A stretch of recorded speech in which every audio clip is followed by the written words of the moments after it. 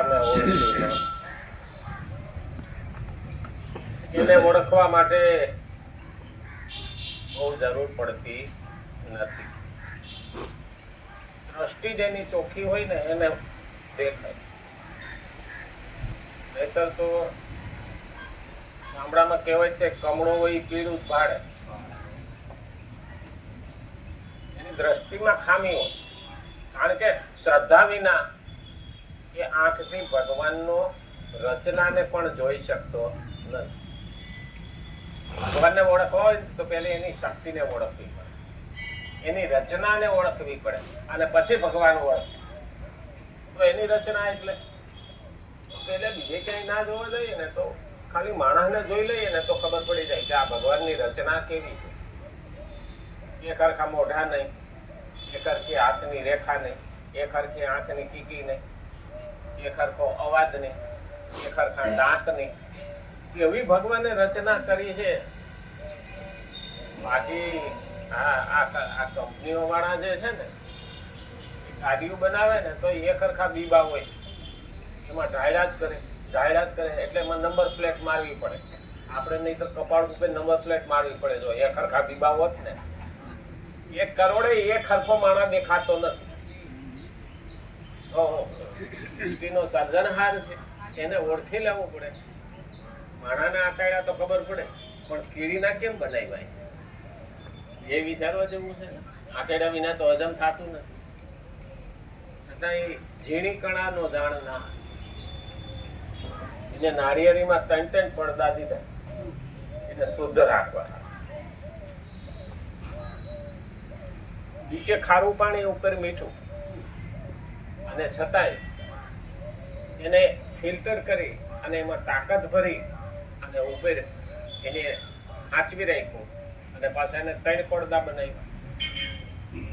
એક તો ઉપરનું કાચ પેલું સોયત્રા, પછી અંદરનું કાચલું, પછી અંદરનો નારિયેળનો બોટો અને પછી અંદર પાણી. એવી રચના. અને છતાંય ફિલ્ટર એવું ને, જો ફેક્ટરીની અંદર જે ઝાડા ઉલટીમાં બાટલા ચડાવે એ ફિલ્ટર હોય ને એનાથી પણ સરસ ફિલ્ટર થયેલું પાણી છે. બાટલા ન જડે તો ડાયરેક્ટ એમાં નળી ઘુસાડીને ચડાવી દઈએ પાણીને તો પણ એને બાટલાની જગ્યાએ ચાલે. આવી વ્યવસ્થા છે ભગવાને કરી. અને તોય આપણે થોડું ભણીએ એટલે કહીએ ભગવાન ક્યાં છે, એટલે બધા અને એટલે ખબર પડે કે આ સૃષ્ટિનું સર્જનહાર. પેલા તો જળબંબાકાર હતું. ભાગવતની અંદર આવે છે ભગવાન સુતા છે ક્ષીરસાગરમાં. જળબંબાકાર હતું. એની નાભીમાંથી કમળ નીકળ્યું, કમળમાંથી બ્રહ્મા નીકળ્યા, બ્રહ્મા ઉત્પન્ન થયા અને પછી એને સૃષ્ટિનું સર્જન કરવા માટે, સૃષ્ટિના કાર્ય કરવા માટે આવી બધી રચના છે. ભગવાનને કઈ મટીરિયલ લાવવું ન પડે, એ ઊભું કરશે. આપણે આંખો બંધ કરીને આપણા ગામનો ભાગોળ છે યાદ કરીએ ને તો તરત ગામનું ભાગોળ દેખાય. એમાં આપણે કઈ મટીરિયલ લાયા? આંખો બંધ કરી મનની અંદર આખો ડેટા તૈયાર થઈ ગયો. એ જે દેખાય છે ને બસ એવું જ આ સંસાર છે. એટલે તો અમુક લખ્યું છે સપના જેવો છે સંસાર જેસર ભરી લેવી.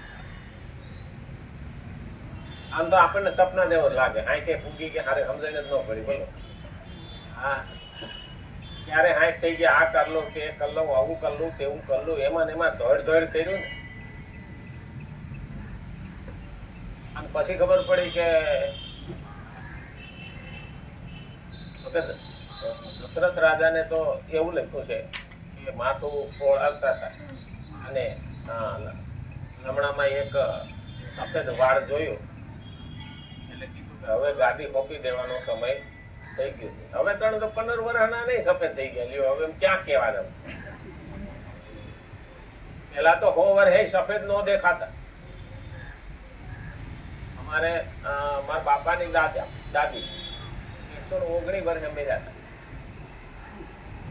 હવે એને 100 વર્ષ પછી નવા દાંત આવ્યા. બેઠા બેઠા કોણ થોડા ખાતા હોય તો આપણને લાગે, છોકરાઓને શરમા આવે. અને 60 વર્ષની એની ઉંમર હતી તઈએ તો એની આંખો વહી ગઈ હતી. છતાં એ જમાનામાં મોતિયાનાનું ઓપરેશન ના થતા, એટલે મોતિયો રેરાઈ જાય એટલે આંખમાં ફૂલું પડી જાય, એટલે 2 આંખો જતી રહી હતી. પણ એને જે 60 વર્ષ જિંદગી જીવાતા ને એને હિસાબે એની જમીન બધી ભૂમકા જાણીતી થઈ ગઈ હતી. ગમે ત્યાં ગામમાં આટો મારી આવે ને ખબર હોય કે આ ડેલી આની જ છે, આના પડકારો કરે. એને આપણે નથી દેખતા એવું ન લાગે, પણ એ જીવન જુદું હતું. અને ઘણી વખત આંખો લઈ લઈએ ને તો ભગવાન બીજી ઇન્દ્રિયોનું તાકાત વધારા. મારે 6 મહિના આંખો નહોતી ત્યાં સુધી કોઈ પણ ના અવાજ ઉપરથી હું ઓળખી જતો. કારણ કે પછી આંખની તાકાત છે ને એ મગજને આપી દીધી. એટલે કાન સાંભળે તરત મગજ એનો ડેટા એનાલિસિસ કરી લે કે આ ફલાણા ભાઈ જ હોય. કારણ કે આપણે અવાજો તો સાંભળ્યા જ. એટલે આ સૃષ્ટિનો સર્જનહાર એને ઓળખવાનો, અને એને ઓળખવા માટે શ્રીમદ ભગવદ્ ગીતા 3જો અધ્યાય અને આપણે 31મો શ્લોક જોઈએ છીએ, જેનો એકમાત્ર ઉદ્દેશ્ય અધ્યાત્મ તત્વ એટલે કે પરમાત્માની પ્રાપ્તિનો છે. એવો સાધક જો ગંભીરતાપૂર્વક વિચાર કરે તો તેને સ્પષ્ટ રૂપે સમજાઈ જશે કે મળેલી કોઈ પણ વસ્તુ પોતાની નથી હોતી, પરંતુ વિખૂટી થવા વાળી હોય છે. હવે કોઈ પણ મળેલી વસ્તુ હોય ને એ પોતાની નથી હોતી. પોતાની નથી એનો અર્થ એવો થયો કે આપણાથી વિખૂટી પડે, આપણાથી એ અલગ થઈ જાય. અને એ અલગ થવાનું કારણ એ છે કે મળી છે ત્યારે આપણે જો અતિ આનંદમાં આવીએ ને તો એ વિખૂટી પડે ને ત્યારે વધારે દુઃખી થઈ. અને વિખૂટી પડવાની એ કાયમ રહેવાની નથી. અમે ભણતા ને ત્યારે એક પિક્ચર આવ્યું હતું, મેરા નામ જોકર. એમાં એક ગીત આવતું, ये सर्कस है 3 घंटे का, ये सर्कस है 3 घंटे का. पहला घंटा बचपन है, दूसरा जवानी, तीसरा बुढ़ापा. આ 3 કલાકનો સર્કસ છે આપણા જીવન. આ સર્કસમાં ગોલા ક્યાંય ખાધા અને દોરી ઉપર રહેલા. વ્યવહાર કરવો તલવારની ધાર જેવો. આગળ પાછળ જોયા વિના સીધી દ્રષ્ટિથી હાલ્યા. આ સર્કસમાં જેમ હાલવું, જે બેલેન્સ કરે ને એ સંસાર સ્વર્ગ જેવો બનાવે. બાકી તો એને લાગે કે હવે અધૂરા પૂરા કરી. અને એટલે કીધું કે આ આપણાથી વિખૂટી પડવા વાળી વસ્તુ કઈ પણ મળી છે એ તો કયું શરીર, પદ, અધિકાર, શિક્ષા, યોગ્યતા, ધન, સંપત્તિ, જમીન વગેરે જે કંઈ મળ્યું છે એ સંસારથી જ મળ્યું છે અને સંસારને માટે જ છે. મળેલી વસ્તુઓને ચાહે સંસાર કાર્યની માનો, ચાહે પ્રકૃતિ એટલે કારણની માનો, અને ચાહે ભગવાન એટલે સ્વામીની માનો, પરંતુ સાર મુખ્ય વાત એક જ છે કે તે પોતાની નથી. જે વસ્તુઓ પોતાની ના હોય તે પોતાને માટેની કેવી રીતે હોય છે? આપણે માનીએ પોતાની માનીએ ને એમાં કંઈ પણ થાય ને એટલે આપણે દુઃખી થઈ જઈએ. પણ પોતાની ન માનીએ ને તો દુઃખી થવાનું આવતું નથી. અને પોતાની માનીએ એટલે પાપના ભાગીદાર પણ થઈ જાય. ઘણી વખત આપણને એવું લાગે આમ આગળ બેહો એટલે ઓલા પાછળ આગળ જગ્યા ખાલી પડી છે, દબાઈને બેસી જાવ, દબાઈ જગ્યા પડી છે. જતા રહો.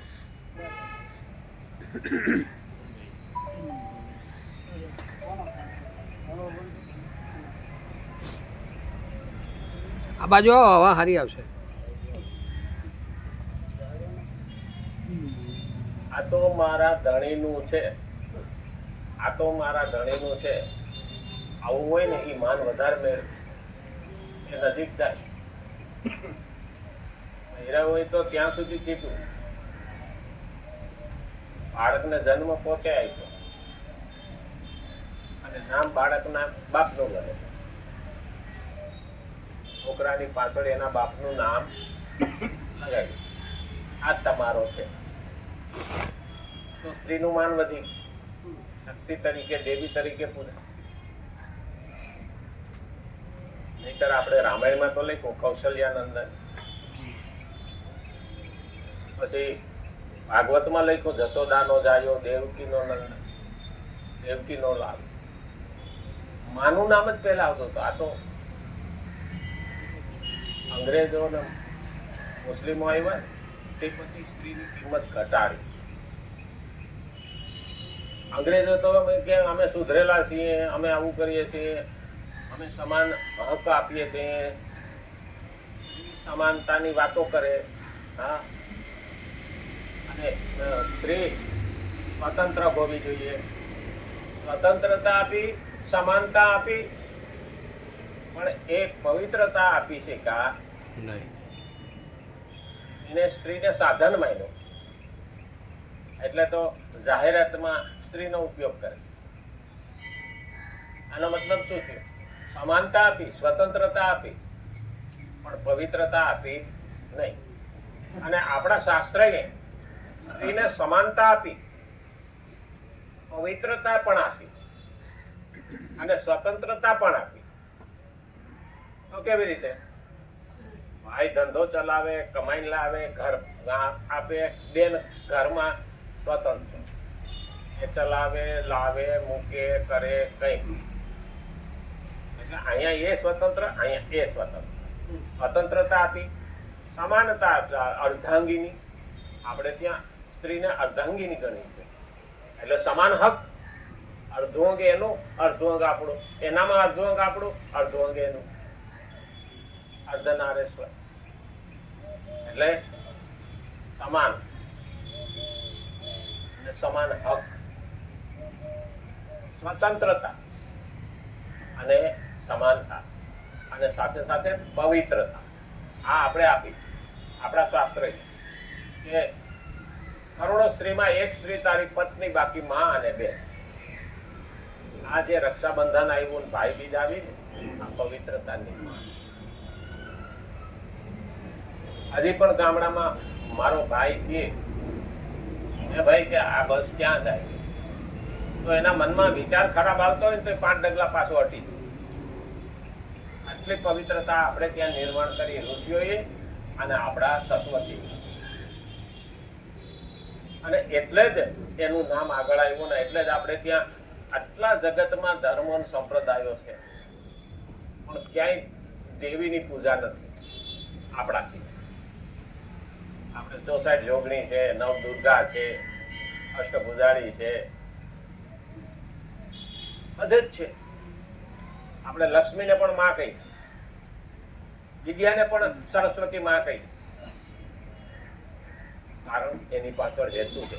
એટલે આપણે ત્યાં શક્તિ વિના ભક્તિ નથી થતી અને શક્તિ વિના સૃષ્ટિ નથી ચાલતી. એટલે શિવ અને શક્તિ વિના સંસાર પણ ચાલતો નથી અને ઉત્પન્ન પણ થતો નથી. હવે એમાં જો ઊંડાણમાં જાય ને તો શિવ પુરાણમાં આખી આખી વ્યાખ્યા આવે. સાધકે ન તો કોઈ વસ્તુ પોતાની માનવાની અને ન કોઈ કર્મ પણ પોતાને માટે કરવાનું. તો કોના માટે કરવાનું? હું તો શું કરવા કરું, મારા માટે ના કરું છું. ઘણા આવો પ્રશ્ન થાય. પોતાને માટે કરવામાં આવેલા કર્મો બંધનકારક થાય. આપણે 9મા શ્લોકમાં આ 3જા અધ્યાયમાં આવ્યું છે, પોતાને માટે કરવામાં આવેલા કર્મો બંધનકારક થાય. એનો મતલબ શું થયો? જે મારા માટે કર્યું છે, આટલો સિક્કો માર્યો હોય ને તો એ સારું કરીએ, ખાતું કરીએ, ભોગવવાના આપણે જ આવે. મારા માટે મેં કર્યું, એમાં પછી નુકસાની થાય ને તો પણ એનું પાપ મને લાગે નહીં. પાપ તો ડગલે ને પગલે નહીં તો લાગવાનું. આપણે પેલા બેનો લીપણ કરતા, ચૂલે રાંધતા. હવે કે ચાલે ચૂલે રાંધતા તો બળતણિયા છે, આ છે, તે છે, લાકડા અંદર નાખે, છાણા નાખે, એમાં કેટલાય જીવડા બળીને મળી જતા. ખેડૂતો ખેતી કરતા, એમાં હાથી આંખે, હળ આંખે, એમાં કેટલા જીવડા મરી જતા. તો એના માટે થઈને એ હામા પાઈ સમજાતા કે જાણતા અજાણતા મારાથી પાપ થઈ ગયું હોય તો મને ક્ષમા કરજો પ્રભુ. એટલે બહેનો અને ભાઈઓ આ રીતે રહેતા. આપણે ખેતી પ્રધાન દેશ,